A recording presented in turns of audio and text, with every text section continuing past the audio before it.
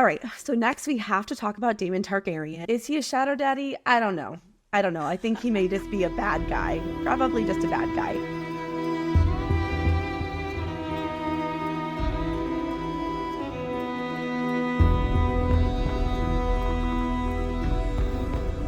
Hi, everyone. Welcome back to the Booked on Fantasy podcast. We are two best friends who love all things fantasy. On this podcast, we will explore the world of fantasy through books, shows, and movies, but with a heavy emphasis on books. So the purpose of today's episode is to recap and analyze Season 1 of House of the Dragon in preparation for the release of Season 2. Season 2 is set to release June 16th, so we plan to post one episode a week dedicated to each episode in Season 1. Obviously, today's episode will cover Season 1, Episode 1. I just have to say that I was astounded by how much I forgot and what I definitely just didn't notice or pick up on the first time I watched House of the Dragon last year. So this has been a lot of fun for me to be able to rewatch it with a fresh set of eyes and also through this new perspective of like the Team Black versus the Team Green setup. Did you have a similar experience? Oh yeah, absolutely. I basically forgot everything. And also I'm extremely ultra competitive, so framing it between two teams, I'm for it. It kind of reminds me of Team Edward, Team Jacob. Yes, I know it's like a totally different vibe, but I love to pick a side and argue about it. This is hard for me though, because I just feel so biased towards Team Black at this particular time. And so finding evidence to support Team Green, I was like, there's nothing. I have nothing to offer right now. But yeah, we'll get into that later. So I think it's hard because the biggest argument against Rhaenyra is that she's a woman. So from a modern day perspective, you're like, that's not a good reason. But if you think about it in the context at the time of this show, then you're like, it's kind of a big reason, Yeah, especially if it's going to cause a war. Yeah. Oops. Okay. Anyways. As a quick reminder, we will be discussing everything from the first episode of House of the Dragon Season 1, and we may point to other events that happen in other episodes as well, because this is a TV series that both Addison and I have watched previously. If you have not watched House of the Dragon, first of all, why not? Definitely go watch immediately. And second, this is your one and only spoiler warning. Just kidding, but spoiler alert. Furthermore, we would like to remind everyone that this is an adult podcast where we will have explicit conversations, explicit language may be used, so please be mindful of that and maybe put on some headphones first. So, really quick before we get into the bulk of our episode, we are continuing our episodes of Sarah J. Maas's Throne of Glass series as well. We have already released the first 2 episodes, which will cover chapters 1 through 14. If you are in need of a new book series to read, or you just want to refresh your memory, then you should definitely listen and partake in our naive new reader theories. Because this series is brand new to both of us, so everything that you're hearing as we discuss it is our real-time live reaction, because we don't have any other information yet. So trust me, we have plenty of hot takes to keep you entertained. Even if they're wrong. One of my theories already proved wrong for the first episode. I'm so embarrassed. Oh, well, that's okay. I have a feeling we're just going to have so many wrong theories. Some people are going to be like, oh, so many silly girls. Y'all don't know anything yet. Just keep reading. Pretty much. All right. Without further ado, let's get this episode started. So our House of the Dragon episodes will likely be pretty short and sweet. Each of these episodes will consist of a quick recap of the key events from the episode, followed by an analysis where we pick apart notable conversations, events, or other observations. Next, we will have a mini trial in the Fantasy Court of Law to decide which team has enough evidence to support their claim to the Iron Throne. And then, of course, last but not least, we'll also be sharing some of our favorite moments or quotes as well. And now, Addison, please take it away with our episode recap. Will do. Also, Fantasy Court of Law, chef's kiss. I felt so creative when I said that. I'm like, that was good. All right, we kick off the episode with a brief history lesson. King Jaehaerys Targaryen is left with no heirs to the Iron Throne and calls a great council to hear claims of succession. Princess Rhaenys Targaryen, his eldest descendant, and Prince Viserys Targaryen, the king's eldest male descendant, are the only two claims truly considered. Prince Viserys Targaryen is ultimately named heir to the Iron Throne. We flash forward to the 9th year of Viserys' reign, and this is where our story takes place. We meet our two female protagonists, Princess Rhaenyra Targaryen and Lady Alicent Hightower, daughter to the Hand of the King. They are best friends and often spend their time together studying and gossiping. We also learn that Rhaenyra's mother, Queen Aemma, is heavily pregnant and due any day now. King Viserys currently has no heir to the throne, so it is very important to him that a son is born. The king is certain that this child will be a boy, and thus heir to the throne he always wanted because of a dreamlike vision he had. Also randomly important, the king has a weird, gross, festering wound on his back that won't heal, and everyone wants to keep it hush-hush. Meanwhile, the current heir to the throne, Daemon Targaryen, Viserys' younger brother, who is the commander of the City Watch, goes on a weird crime-punishing spree that involves a lot of dismemberment. In honor of the impending birth of the king's son, a tournament is held to celebrate. While the king, Alicent, Rhaenyra, and company observe the tournament, Queen Aemma goes into labor. We quickly learn that all is not well.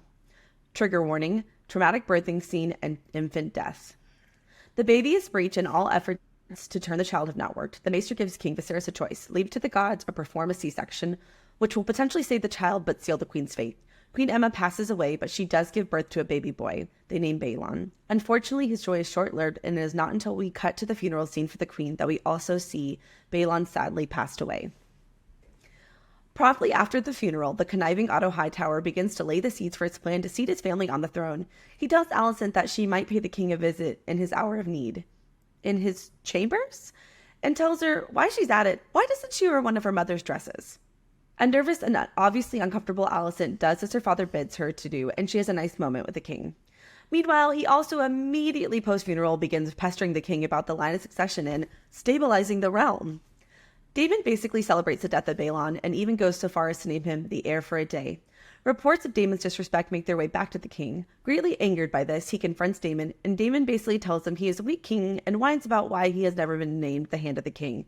Viserys exiles Daemon back to Runestone to be with this lady wife who we know Daemon hates. Finally, Viserys and Rhaenyra have a daddy-daughter heart-to-heart where he tells her of Aegon's dream, the Song of Ice and Fire, and tells her that he will name her as his heir to the Iron Throne. Thank you, Addison, for that wonderful summary. And now we're going to get started with our actual analysis. So one of my first points that I would like to bring up is in the very beginning when Jaehaerys calls a council over the potential for war to be fought over its succession. And he says, quote, "For he knew the cold truth. The only thing that could tear down the house of the dragon was itself."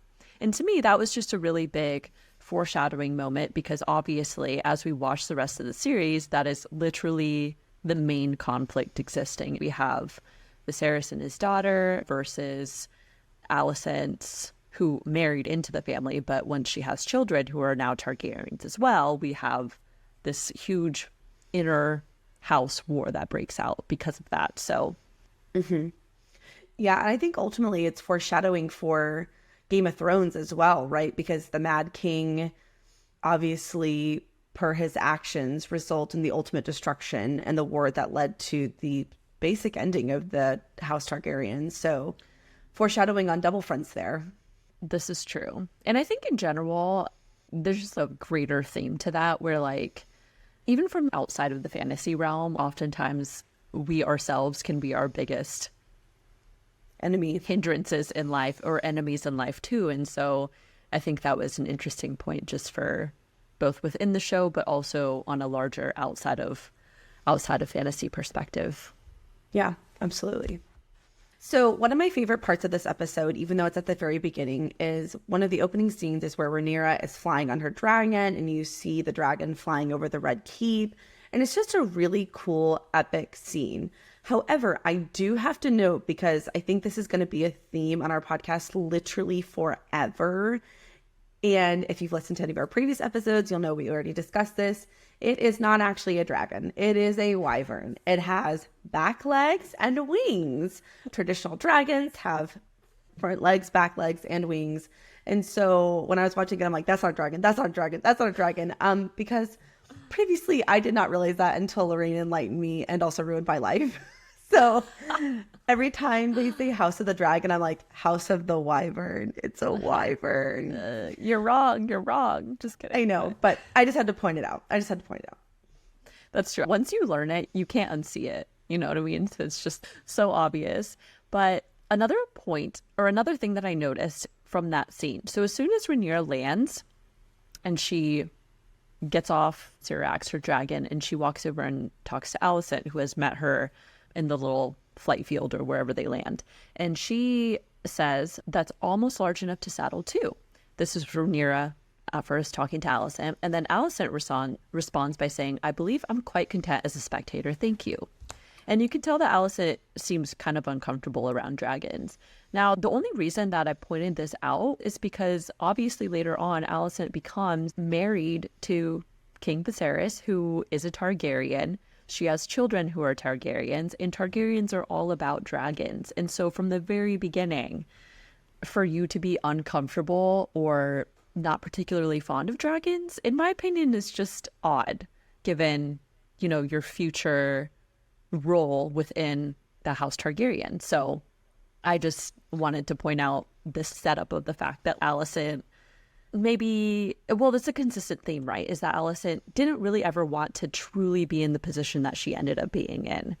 And so, you know, from this Team Black versus Team Green perspective, it's just a little notable event, maybe against Team Green in some respects. I think I'm going to have to respectfully disagree. You have to remember that Alicent, they're very young, like they're maybe 14, 15, and those dragons are huge and they breathe fire. And I feel it is not unreasonable for Alicent to be nervous, especially given the history of the dragons, that they basically roast anyone who is not a Targaryen. And so That's if true. I was Alicent, I would give the dragons a very wide berth and have a healthy fear and respect of them. So I do think it's an interesting juxtaposition, but I don't think it's a mark against her in terms of her claim, you know, to the throne. That's fair. That's fair. All right. So next we have to talk about Daemon Targaryen. Is he a shadow daddy? I don't know. I think he may just be a bad guy, probably just a bad guy. But he does have a claim to the throne. So he is going to be a very important player in the first season as well as second season. I do want to point out the scene where King Viserys appoints him as commander of the City Watch. And in a bout of, call it vigilante justice, I don't know, he decides he's going to take the City Watch and clean up the city. It's unclear whether all the people they were murdering were actually criminals or they just kind of loosely expanded the definition of criminal to suit their needs. I don't know, but the scene is pretty graphic. It's pretty gruesome. And so I just think it really points to his character and how unstable maybe, but how violent he is. And that is a huge concern for the king as well as members of the King's Council, because they don't feel that he would be a fit heir to the throne, because he would probably murder a lot of people unnecessarily, which can cause tensions, you know, especially if he's murdering people from great houses. It sets up a bad precedent. So I did just want to point out that this scene is really indicative of Daemon's character. And it's especially notable because some of the sentencing he actually carries out himself. And later when they're discussing in the King's Council, that's brought up. And I think it's brought up to emphasize that it's highly unusual for the captain of the City Watch to do that. Like, that's more grunt work. And so it's almost speaks to even more his violent nature that he was like wanting and willing to carry out some of the sentencing. Yeah, I agree that scene was just, it was so graphic too. Just watching it, I was like, I almost wanted to look away because I was like, all right, y'all did not need to show that much about the process, but here we are. I agree that it definitely demonstrates this very cruel, violent aspect of Daemon's character, but there's also this dynamic too where he really feels like he's doing what's necessary to show the strength of House Targaryen, basically, because we know that the council views Viserys as kind of weak, and because of that they take advantage of him. And so Daemon is sort of like the shadow side of Viserys, right? They're two opposites. Viserys is probably too compassionate and too kind of not maybe entirely weak, but he's much more passive than Daemon is.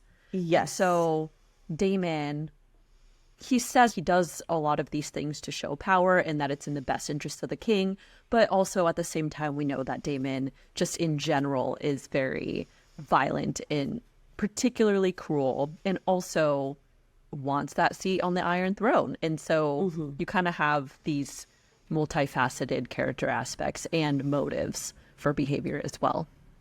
Yeah. It's interesting that you say that about Damon's character because my husband and I were having a conversation about him, right? And so the scene at the end where he and Viserys are talking and he basically calls Viserys out for being weak, I think that Daemon is right, actually. So one of the things, this is going to be a common theme throughout the rest of the first season, is Viserys' health continues to decline.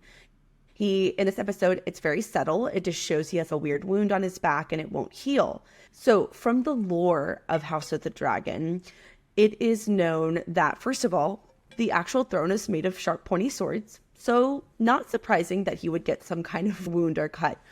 But it is also heavily implied that the sort of kind of essence or magic of the throne, it punishes those that are unworthy. And so we'll see Viserys' health continue to decline. And the implication is that even the throne itself does not feel Viserys is a good king for the realm. And so it punishes him with these wounds that fester and won't heal.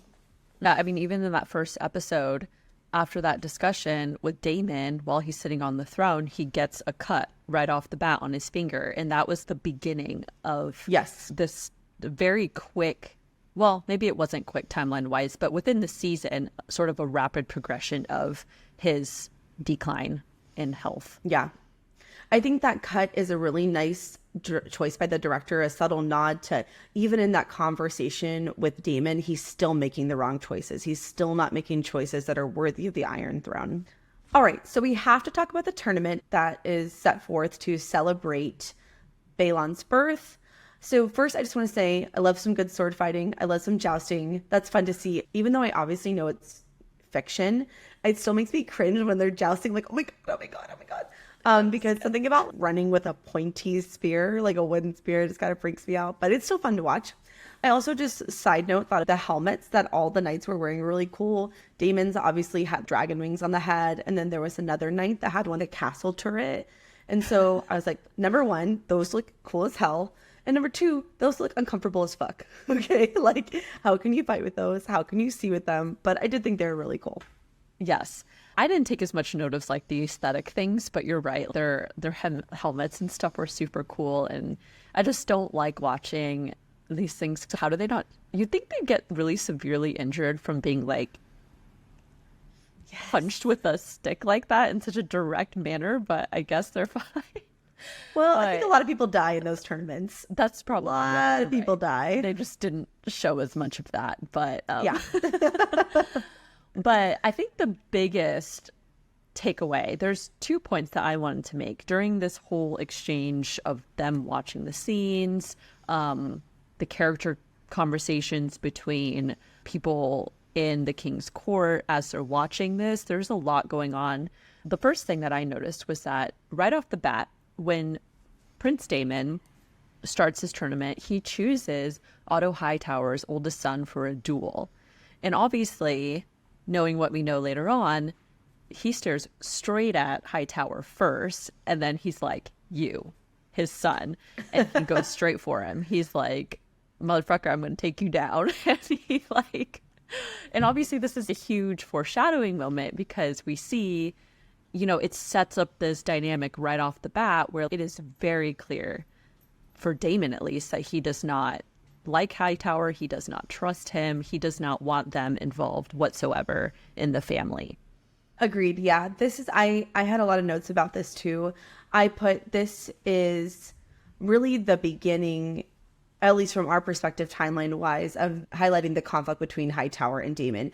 Hightower hates Daemon, thinks he's a violent psychopath, and Daemon hates Otto Hightower because he thinks he's a manipulative sociopath.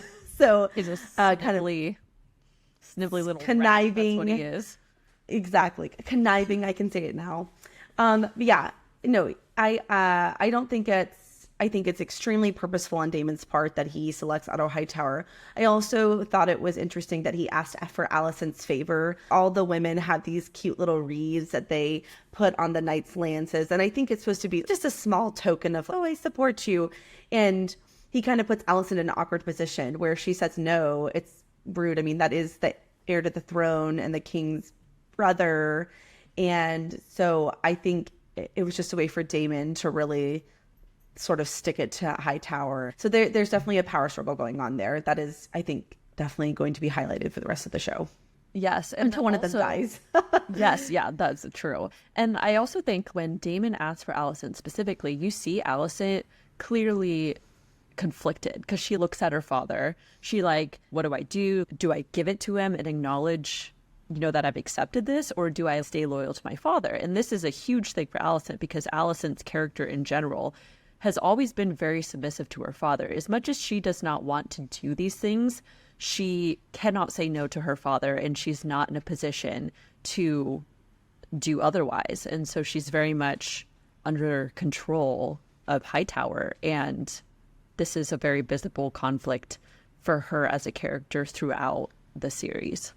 Yeah, I'm really happy you said that. I'm going to say this as a note for Alicent's character, because I feel like as this show progresses, people have sort of rewritten the narrative that Alicent is kind of conniving and that she always wanted the throne and she's super ambitious and stuff. And I definitely think there's a character evolution for her as she ages. But from the very beginning, Alicent, of course, she's younger, but she is submissive to her father. She is heavily influenced by what he wants.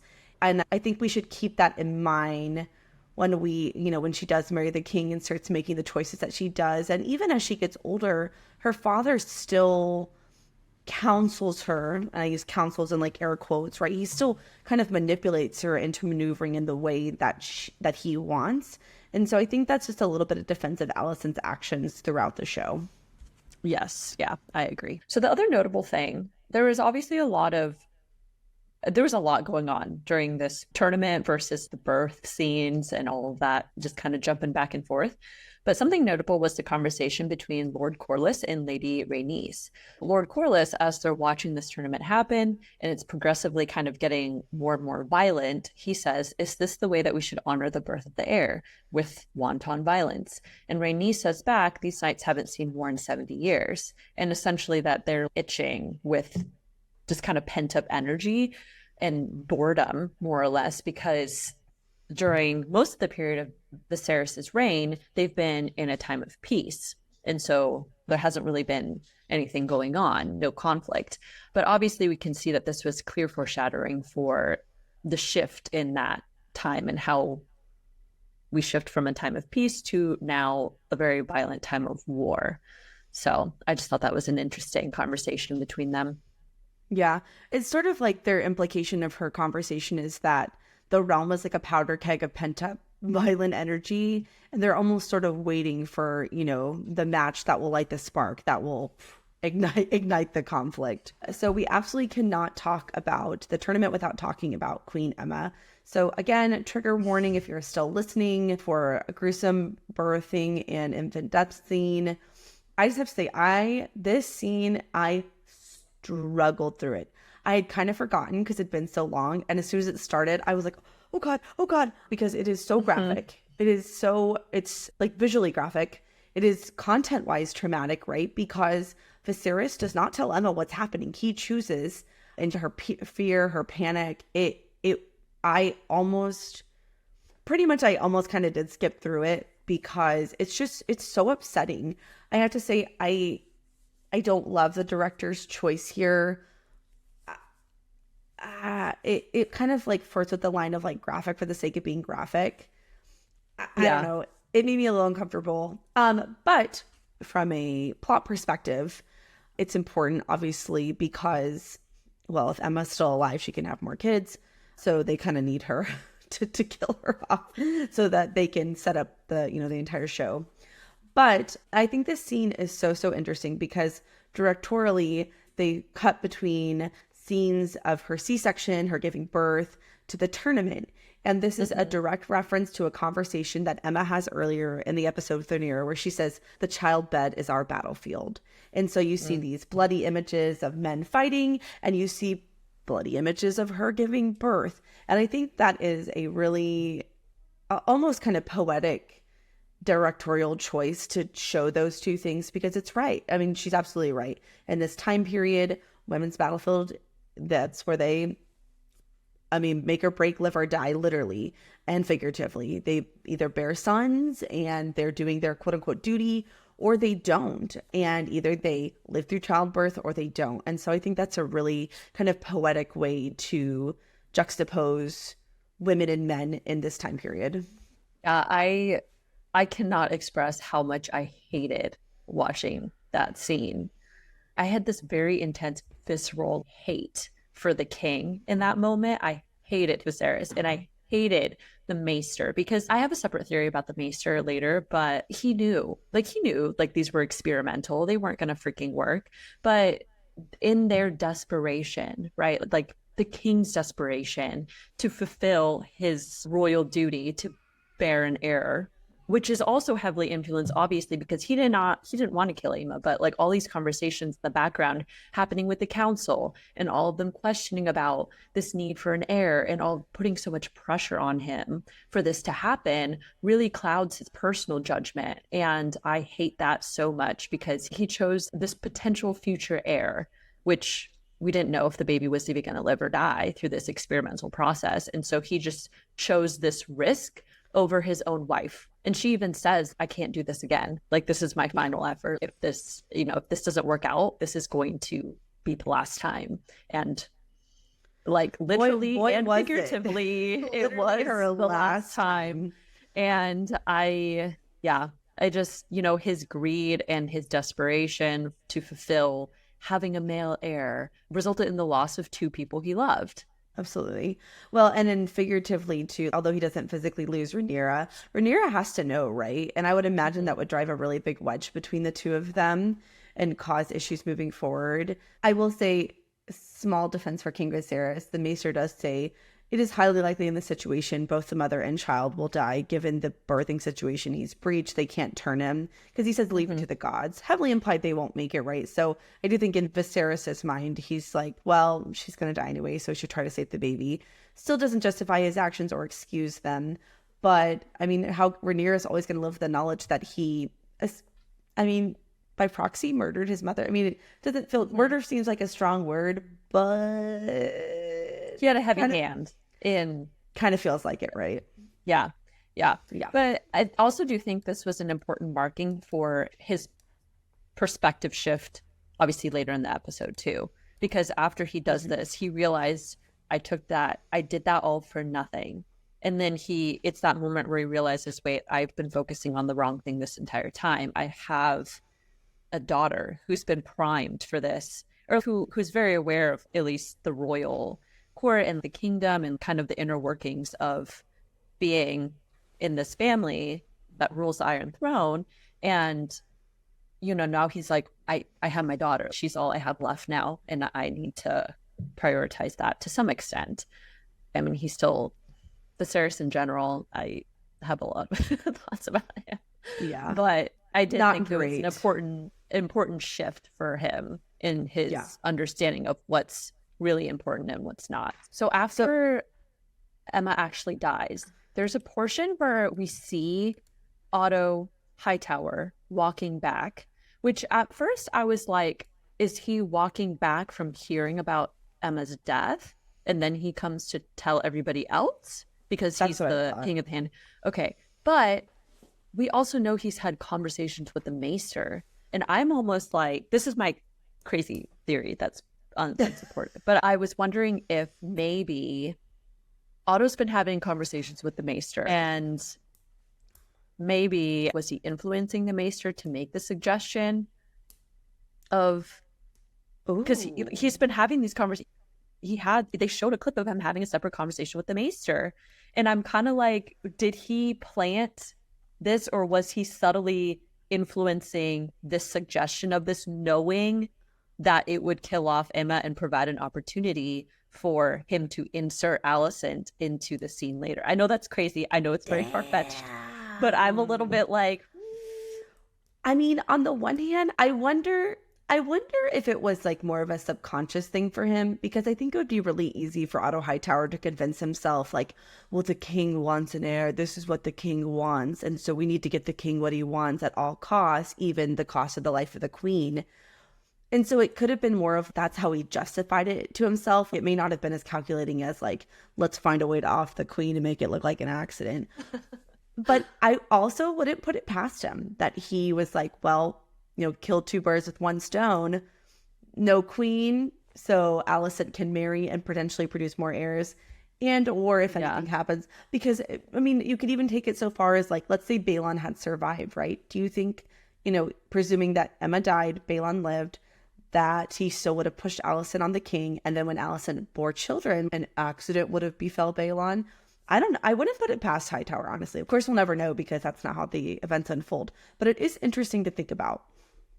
Yeah, I just think that Hightower's a snivelly little bitch, and I don't like him. So I have never liked him from the very beginning. I was like, all you've ever wanted to do is push your own agenda. You do not have the king's best interest at heart. You only have your family and your own interests driving under this facade of, oh, I'm just advising the king. I'm telling the king what's best for the kingdom. But no, you're also simultaneously pushing to get your house in a position of more power. So, yeah. And I think so. Two things about that. I think that what you're saying is exactly what Daemon recognizes and why Daemon hates Otto Hightower. And he even tries to tell Viserys that. The second thing is, it's so funny you say that because in my notes, I have that Otto Hightower is very tacky. Immediately after the funeral, he's like to the king, yeah, bro, so what about the line of succession? We can't ignore it. It's so important. It's for the stability of the realm. And even Viserys is like, are you joking right now? We just walked back. You saw what happened, right? Like you just saw what happened, right? My wife and child just died. And now you're like, what about an heir? And I think that shows that he is very calculating. He's very manipulative, and that I think he's already trying to position himself. So that leads you to a kind of not a stopping point, but it's a point that we should note. So at this point in the world, Queen Emma and Balon have both passed away. So you have Viserys, who's king, and you have his daughter Rhaenyra. As of right now, before anything else in the episode happens, Daemon is technically the heir to the throne. Viserys has no male descendants. So if Viserys were to die in that moment, then Daemon would be king. So the King's Council is having a conversation. They start positing different ideas. So an option is Rhaenyra. She's the king's daughter, but she's a woman. There's Daemon. He's the king's youngest brother and a man, but he's violent, volatile, and maybe even a little sadistic. And then it is also, as kind of a side comment, that Lord Corlys's wife, Princess Rhaenys Targaryen, who we remember from the very beginning of the episode was Jaehaerys Targaryen's eldest descendant, is still technically an option on the table. And she also, to her benefit, has a male heir. However, the council kind of scoffs at that. I think they kind of just roll their eyes at Lord Corlys. You're like, oh, you're still angling for the throne. But we can't ignore him and Rhaenys, by proxy Rhaenys, as reasonable candidates as an heir to the throne at this point in the show. In terms of Otto Hightower's plans, we also cannot ignore his effort to plant Alicent in the back of the king's mind as a potential future wife. He calls Alicent in. He says to her, you should go and comfort the king in an hour of his need. And she even says, in his chambers, like in his private bedroom. And he's like, yes, that's where he is. Go to him. And as she's walking out, he says, like, why don't you wear one of your mother's dresses? Which is so creepy. It's like he's like trying to make her seem more mature and, old enough and ready for that kind of thing with the king. So, but it is important to note because this is obviously, as you know, the foundation and framework for Alicent, all the events that transpire later in the season. Yeah, I just thought, again, very calculating of Hightower.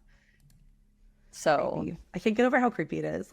And again, also another example of Alicent faced with this decision between knowing she does not want to do something like that and knowing how just off-putting that is, considering it's right after they just got done with this funeral for the queen in Balon, and now she's swooping right in there. She herself understands that that's a really shitty thing to be doing at that time, but because she cannot say no to her father, she does it anyway. And I mean, even in that scene when she does go to Viserys, you can see he's like, what are you doing here?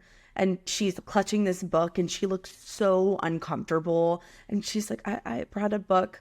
And then just one last thing, I did think it was nice at the end when she says, when my mother died, people spoke to me in riddles. And I just wanted them to say sorry. And I did think that was a tender moment between the two of them, which was just nice to see. But you can see that she's clearly so uncomfortable. Like, it's a weird interaction. It's vaguely inappropriate, even in this universe, for her to be attending him in private with no chaperone or anything. So it's a little odd.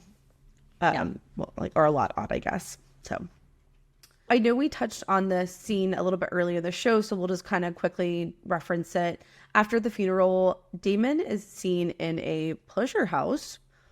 Also a little bit of a gratuitous scene. They're like, oh my. Yeah, celebrating. Yeah, he's essentially celebrating the death of Balon, and even goes so far as to toast him the heir for a day, which, whew, how tacky. I mean, that's literally his nephew, So when you think about it in that context, you're like, ugh. Reports of Damon's actions make it their way back to the king from Otto Hightower, nonetheless. And this greatly angers the king. Yeah, he confronts Damon. And this is a conversation where, he really points out a lot of Viserys's flaws. And I actually think, honestly, a lot of Damon's observations are accurate, that Viserys is easily manipulated. He doesn't make a decision and stick to it. He's a little wishy-washy, I guess. I don't know. But I think Damon is right, honestly, that Viserys does not really have a strong backbone, and he kind of allows the others around him to manipulate his actions and his choices. And ultimately, I think that indecision and that lack of confidence in his decision-making is what leads to Viserys' downfall. And probably why, as we talked about earlier, the throne continues to punish him and deem him unworthy and gives him these horrible festering wounds. Yeah.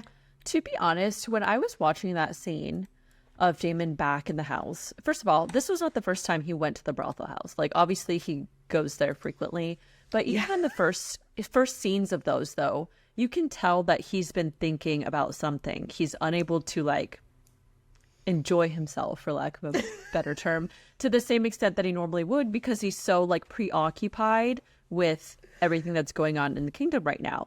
And so cutting back to the scene where, obviously after the funeral, he's back in the brothel house. He's surrounded by guards of the city watch. The women at the brothel know him, and they're like, oh, Prince, they know him. Yeah, for real. They know him, trust us, don't worry, intimately. But I think he's under pressure because he's got his guards of the city watch there. He has I don't know, I forgot her name, but the main brothel lady who runs the whole place. Yeah, I can't remember her name either. Mistress, I guess. His main mistress is Prince Damon, she's really trying to kind of boost up his ego. And I do feel based off of kind of the way that he reacted when she addressed him about it, he seemed like he didn't really want to talk about it, but he felt pressured to say something and to demonstrate a show of power for his own behalf, because he's in the situation where he's captain of the city watch and he's surrounded by all these guards who expect him to be in a powerful position. And I do think, obviously, yes, it was shitty. There's no other excuse for what he said, but I do think a lot of it was kind of motivated by this pressure to perform or put on a show of, for lack of a better term, just a show of power in this moment. In that scene where Viserys talking to Rhaenyra and they're looking at, the giant dragon skull, he tells her of Aegon's dream, the Song of Ice and Fire. A great winter is coming to all of Westeros, and he specifically says we must unite against it, and a Targaryen must sit on the throne if we are to survive. I think, obviously foreshadowing for the entire Game of Thrones series. But promptly after that conversation that they have, we see cut to a scene of Rhaenyra. She's all dressed up. They're in the Iron Throne room. And we see all the lords, specifically Lord Corlys. We see a Baratheon, a Stark, swear fealty to Rhaenyra. And this is going to become super, super important later when the main conflict begins to arise. And Rhaenyra calls on lords that swore fealty to her in front of Viserys, in front of the gods, because I think there's a lot of importance placed on this ceremony it's sort of like an accountability thing, right? It's like you swore guilty by the gods, to the gods, in front of the gods, in front of everyone. And so like you are obligated to support my claim to the throne. And so that's a notable scene because of, I mean, that's definitely going to come up later. Again, it's just like an officiation of this exchange, right? Because prior to that, the assumption was that it was going to go to Daemon, but the king's making like a definitive decision right now for everybody, the entire council, the whole court, to see and know this is who I'm naming as my heir. Now that we've finished up our summaries and our analyses, it is time for the fantasy court of law. So Addison and I, now that we've had this perspective and the setup of the Team Green versus Team Black, every episode that we cover with House of the Dragon, we will be compiling our evidence and presenting the cases for whether or not it should be Team Green or Team Black, and who ultimately has a stronger claim to the Iron Throne. All right, so we'll kick it off with Team Green. I'll go first because this is going to be super quick. There's basically no Team Green at this point. It does not exist. The king has no wife. He's not married to Alicent. They bore no children. So Team Green, nada. There's nothing. There's no evidence for them at all. Nothing. The only minor thing is just the existence of tradition. There's been 100 years of tradition, and during that time, no one has ever named a woman as an heir to the Iron Throne, let alone there's never even been a female sitting on the Iron Throne at all. All right, so moving on to the case for Team Black. Now, we don't have a ton of evidence yet for Team Black's case either. However, I do feel like the evidence at this point in time is more compelling. So first off, we know that Rhaenyra is the direct daughter of Viserys, the current king. And so direct blood relation. And then the second point is that the king officially names Rhaenyra as the new heir. So he makes it very clear to the entire council, the whole royal court, to the realm, Rhaenyra is the heir. So it's set in stone, it's official. That, I'm assuming, is much more of a legal process, right? They didn't really go into details about that, but I would assume an official ceremony like that is much more close to law, or maybe not law, but or something. But yeah, something that maybe has a little more standing. So anyways, okay. All right. Favorite moments. So I had two. They're very quick quotes. I like in the opening scene, the voiceover of the Great Council and everything. And the narrator says, "For he knew the cold truth. The only thing that could tear down the house of the dragon was itself." Which, hello, House of the Dragon show. That is exactly what was happening. But I just think it's a really kind of powerful quote.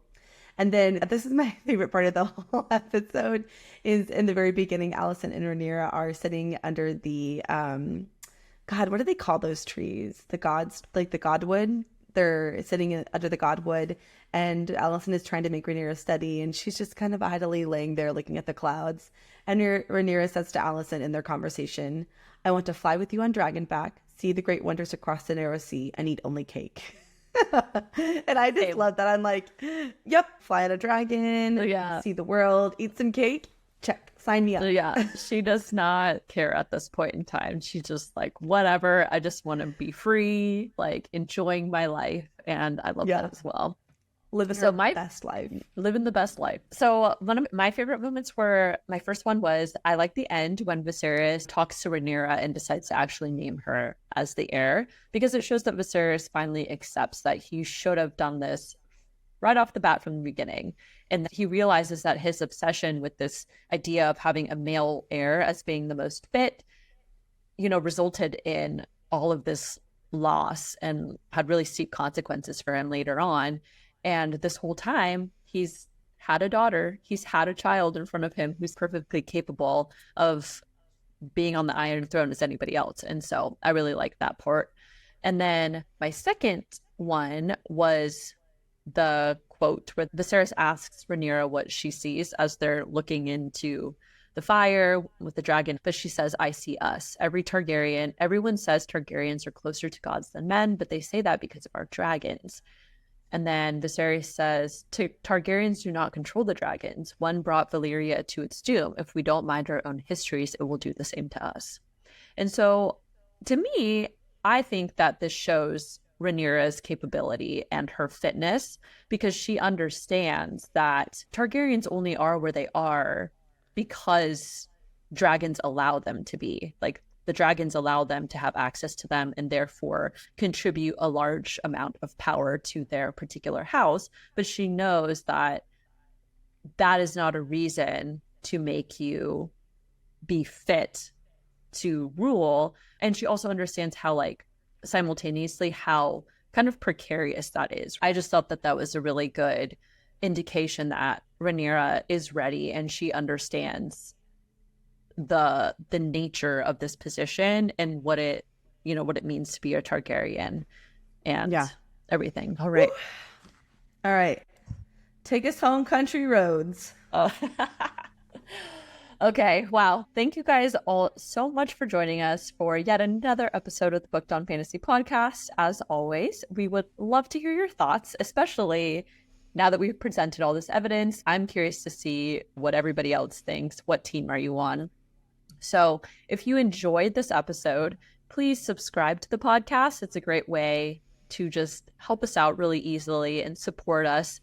Leave us a review or, share this with your friends. If you have other friends who really love a fantasy series and y'all are watching House of the Dragon right now, go ahead, share this episode with them so that they can join in. And then if you would like to keep up with us on other platforms as well, then all of our socials are linked below in the episode description. And yeah, that is all that we have for you guys today. Stay nerdy, everyone, and we'll catch you all next week for episode 2 of House of the Dragon recaps. Bye! Bye! I was astounded by how much I forgot and what I definitely didn't notice or pick up the first time. Go back to that first part because I can hear Kelso or Ernie. Someone's shaking it up real like. At first, it's kind of quiet. Walked back. I could just. I could hear like his collar and everything. It was like both of them. It was loud and clear.